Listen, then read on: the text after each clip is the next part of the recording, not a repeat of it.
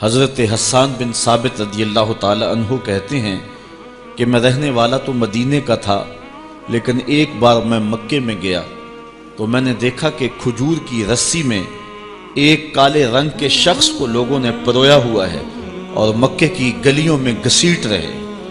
تو میں نے پوچھا کہ یہ شخص کون ہے؟ تو لوگوں نے کہا اس کا نام بلال ہے۔ تو میں نے کہا کس جرم کی سزا اسے دے رہے ہو؟ تو انہوں نے کہا کہ یہ ایک نئے دین میں داخل ہوا ہے اور ہم اس کو منحرف کرنا چاہتے ہیں۔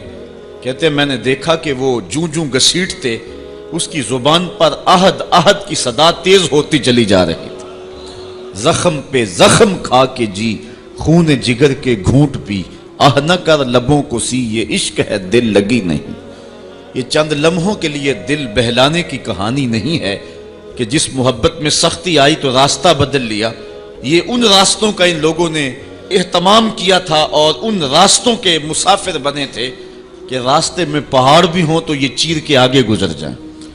بلال حبشی کو ان کا ظالم آقا مارتا ہے، کبھی ان کے ہاتھوں میں میخیں ٹھونکتا ہے، کبھی زبان پہ تپتے ہوئے کوئلے رکھتا ہے، کبھی رسی پاؤں میں ڈال کر کے اوباش لڑکوں کے ہاتھوں میں دیتا ہے کہ اس کو گھسیٹے، کبھی کچھ، لیکن بلال ہیں کہ آگے سے مسکرا رہے ہیں، آہد آہد کا نغمہ پکار رہے ہیں۔ کسی نے رک کے کہا بلال یہ عجیب تماشا ہے، وہ تمہیں مار رہے ہیں اور تم آگے سے آہد آہد پکار رہے ہو۔ تو حضرت بلال بولے تم جاؤ نا بازار میں مٹی کا پیالہ خریدنے کے لیے تو اس کو بھی ٹھونک ٹھونک کے دیکھتے ہو، اس کی آواز تو ٹھیک ہے، کہیں کچا تو نہیں ہے؟ کہا تم تو مٹی کا پیالہ بھی خریدو تو ٹھونک بجا کے دیکھو، یہ کہیں کچا تو نہیں ہے، اس کی آواز تو ٹھیک ہے۔ کہا میرا مالک بلال کو خرید رہا ہے، دیکھ رہا ہے بلال کچا تو نہیں ہے، اس کی آواز تو ٹھیک ہے۔ میں کہتا ہوں مالک خرید لے بلال کو، کھال ادھر بھی جائے گی، حق کی صدا ختم نہیں ہوگی۔ محبت کی یہ البیلی اور انوکھی داستانیں اہل ایمان رقم کی ہیں۔ اگر اس عنوان سے بات کی جائے تو یہ تاریخ کا ایک ایسا باب ہے۔ حضرت سمیہ رضی اللہ تعالی عنہ اسلام کی پہلی شہیدہ، جن کو مکے کے چوک میں ابو جہل نے جو ہے وہ نیزہ مار کر کے شہید کیا۔ راہ خدا میں بہنے والا یہ خون تاریخ اسلام نے محفوظ کر لیا، ایک عورت کا خون تھا۔ اور پھر حضرت عمار ابن یاسر کے والد حضرت یاسر کو بھی شہید کیا گیا، دونوں ماں باپ شہید ہو گئے اور بیٹا پھر بھی ڈٹا ہوا ہے۔ کافروں نے حضرت عمار ابن یاسر کو پکڑ کے تپتی ہوئی آگ میں ڈال دیا اور انہوں نے رخ کیا حضور کے کاشانہ انور کی طرف اور آنکھوں میں آنسو امڑ آئے۔ تو کافر سمجھے شاید جلتی ہوئی آگ کے شعلوں سے اور بھڑکتے ہوئے کوئلوں سے ڈر گیا ہے۔ کہا عمار گھبرا گئے ہو، تمہیں ان تپتے ہوئے کولوں سے باہر نکال لیا جائے؟ تو حضرت عمار مسکرا کے کہنے لگے میں ان تپتے ہوئے کولوں سے نہیں ڈرا، میں تو راہیں تک رہا ہوں، جس محبوب کے لیے دکھ سہ رہا ہوں کبھی وہ جلوہ فراز بھی تو ہو جائے نا۔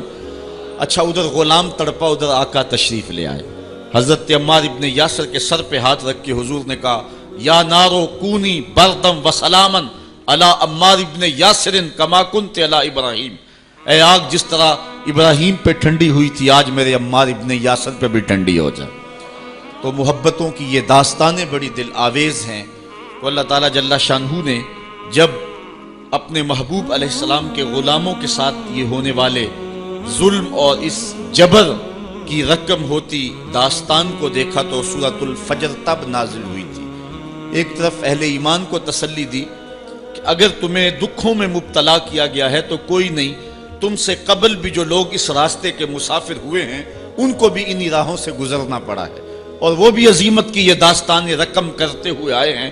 انہوں نے بھی جو ہے وہ سولیوں پہ اور فصیلے دار پہ اپنے سروں کا چراغاں انہوں نے بھی کیا ہے اور راہ حق میں ہر دکھ اور ہر تکلیف انہوں نے سہی ہے، حتیٰ کہ زنجیروں نے ان کی ہڈیوں تک جو ہے وہ نشان چھوڑے، لیکن پھر بھی وہ راہ حق سے منحرف نہیں ہوئے۔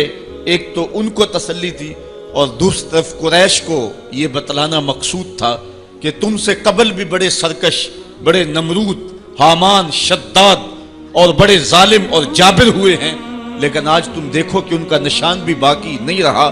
اگر نشان باقی رہا ہے تو حق کا نشان ہی باقی رہا ہے۔ اس لیے سورۃ الفجر اس ماحول میں نازل ہوئی ہے جب کہ جو ہے وہ اسلام کے اوپر اور اہل ایمان کے اوپر سخت آزمائشیں تھیں اور سخت جو ہے ان کے اوپر تکلیف تھی۔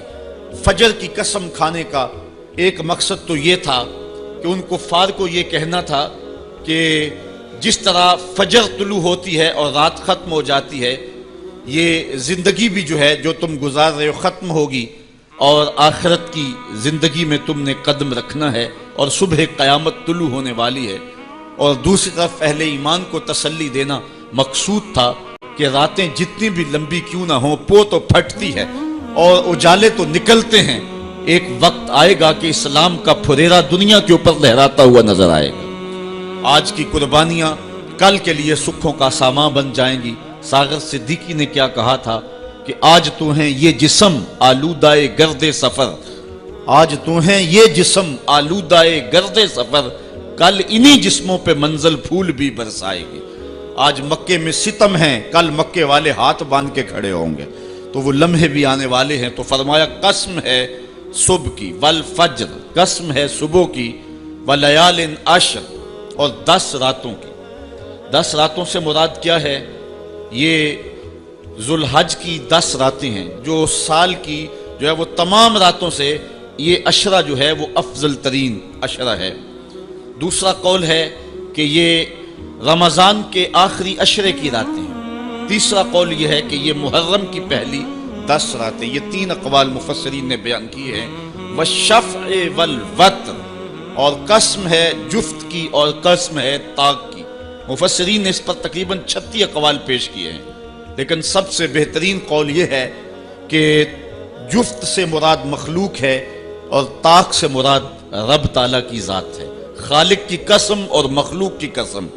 واللیل اذا یسر، اور رات کی قسم جب وہ پیٹھ پھیر کے چل دے۔ یہ قسمیں 5 فرمائیں، اور اس کے بعد فرمایا حل فی ذالک قسم الذی حجر، کیوں اس میں عقل مند کے لیے قسم ہوئی؟ یعنی یہ 5 چیزیں عقل مند کے لیے بطور قسم کافی ہیں، اور جو عاقل نہیں ہے اس کے لیے سارے زمانے کی بھی قسم اٹھا لی جائے تو اس کے لیے وہ بھی ناکافی ہے۔ تو قسم جو ہے وہ عقل مند کے لیے، پھول کی پتی سے کٹ سکتا ہے ہیرے کا جگر، مرد ناداں پہ کلام نرم و نازک بے اثر۔ ہمارے استاد کہا کرتے تھے کہ اس کو عام لوگ پڑھتے ہیں کہ پھول کی پتی سے کٹ سکتا ہے ہیرے کا جگر، تو کہتے ہیں نہیں کاٹا جا سکتا ہیرے کا جگر پھول کی پتی سے۔ یہ استفہام انکاری ہے۔ پھول کی پتی سے کٹ سکتا ہے ہیرے کا جگر، یعنی یہ ممکن ہے کہ ہیرے کے کلیجے کو پھول کی نرم نازک پتی سے کاٹ لیا جائے؟ تو جس طرح پھول کی پتی سے ہیرے کا کلیجہ نہیں کاٹا جا سکتا، اس طرح کلام نرم و نازک جو ہے وہ کسی نادان شخص پہ اثر نہیں کر سکتا۔ تو اللہ تعالیٰ فرماتا ہے کہ یہ جو قسمیں ہیں یہ عقل مند لوگوں کے لیے جو ہیں وہ نافع ہیں، اور جو بے وقوف ہیں، جو حماقت کے مارے ہوئے ہیں، ان کے لیے اس میں کوئی فائدہ نہیں۔ اسی لیے کہا گیا یضل بہ کثیرا ویہدی بہ کثیرا۔ قرآن سے بہت سارے لوگ ہدایت پا جاتے ہیں اور بہت سارے لوگ قرآن سے گمراہ بھی ہو جاتے ہیں۔ اصل قصور ان کی اپنی عقول کا ہے اور اپنی بنجر زمین کا ہے۔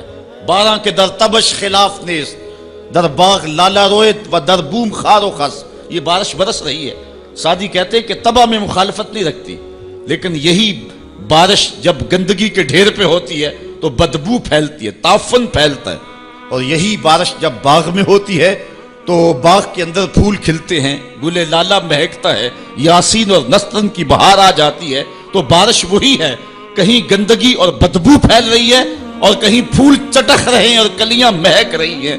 قرآن تو اجالا دیتا ہے اور قرآن کی قسمیں من میں یقین اگاتی ہیں، لیکن کچھ لوگ گمراہ ہو جاتے ہیں اور اسی قرآن کو پڑھ کے کچھ لوگ ہدایت کے اجالے پا جاتے ہیں۔ تو کہا کہ یہ جو 5 قسمیں ہیں یہ عاقل لوگوں کے لیے اس میں ہی ہدایت ہے اور اس میں ہی ان کے لیے بہت کچھ ہے۔ جس طرح فجر کے بعد حشرات الارض بلوں سے باہر نکلتے ہیں اور سوئے ہوئے انسان پھر دوبارہ جاگ پڑتے ہیں، زندگی میں ایک دم پھر ایک لرزش پیدا ہوتی ہے اور حیات نو کے آثار پیدا ہوتے ہیں، اس طرح مرنے کے بعد پھر لوگ دوبارہ اٹھائے جائیں گے۔ کافر کہتے تھے کہ ہم یہ بات نہیں تسلیم کرتے کہ بندہ مرنے کے بعد اٹھایا جائے گا۔ سورہ یاسین اٹھائیے، وہ کہتے ہیں کہ جب ہماری ہڈیاں ہو جائیں گی اور ہڈیاں زمین کے اندر گل سڑ کے مل جائیں گی تو پھر ان مردہ ہڈیوں کو کون اٹھائے گا؟ یہ نضر بن حارث نامی ایک شخص تھا جو قبرستان سے کوئی بوسیدہ ہڈی اٹھا لایا اور حضور کے سامنے اس ہڈی کو توڑتا ہے اور اس کے ذرے زمین پہ گرتے ہیں. کہتا ہے کہ ان ہڈیوں کو اٹھایا جائے گا جبکہ یہ بالکل جو ہے وہ ریزہ ریزہ ہو گئی. اللہ تعالیٰ قرآن مجید میں فرمایا کہ یہ کہتے ہیں کہ ان ہڈیوں کو کون دوبارہ زندہ کرے گا؟ تو اللہ تعالیٰ نے قرآن مجید کے اندر جو جواب دیا وہ بڑا خوبصورت ہے. یہ کہتے ہیں ان مردہ ہڈیوں کو کون دوبارہ زندگی دے گا؟ تو اللہ تعالیٰ نے جواب دیا کہ جب یہ ہڈیاں بھی نہیں تھی، جس رب نے اس وقت ہڈیوں کو بھی پیدا کر لیا تو ان کو جوڑنا اس کے لیے کون سا مشکل ہے؟ اللہ وہی رب جس نے ان ہڈیوں کو تخلیق کیا، نئے سرے سے ان کو پیدا کیا، تو اب ان کو جوڑ کر کے انسان کی شکل میں کھڑا کرنا اس کے لیے کوئی مشکل نہیں. روزانہ ہم موت کی آغوش میں چلے جاتے نیند کی صورت میں، لیکن پھر اٹھ کے زندگی کے اندر وہی توانائی، وہی حرارت اور وہی تیزی اور وہی جو ہے وہ نشاط پن. یہ حشر پہ دلیل ہے. تو کہا یہ قسمیں ہیں عاقل کے لیے.